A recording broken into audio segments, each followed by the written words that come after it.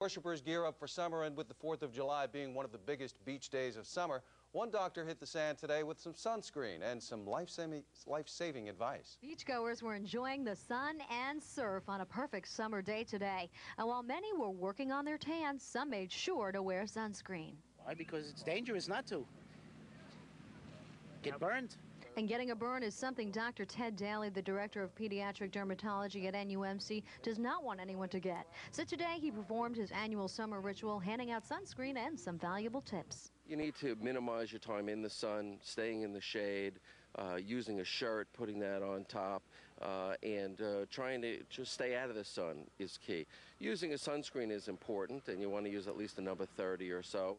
The sun doctor says it's best to minimize exposure between 10 a.m. and 2 p.m. when the sun is at its strongest. He warned sunbathers of the dangers of getting a sunburn, saying it can not only be painful but deadly. Clearly, if you get too much sun exposure, you're increasing your risk of multiple types of skin cancers, the worst of which is melanoma, which has gone up 1,500% since 1930.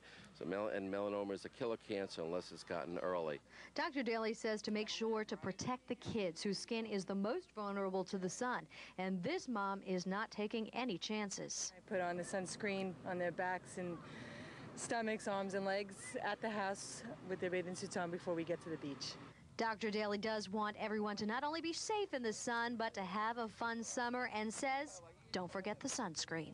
At Point Lookout, Erica Pearson, News 55.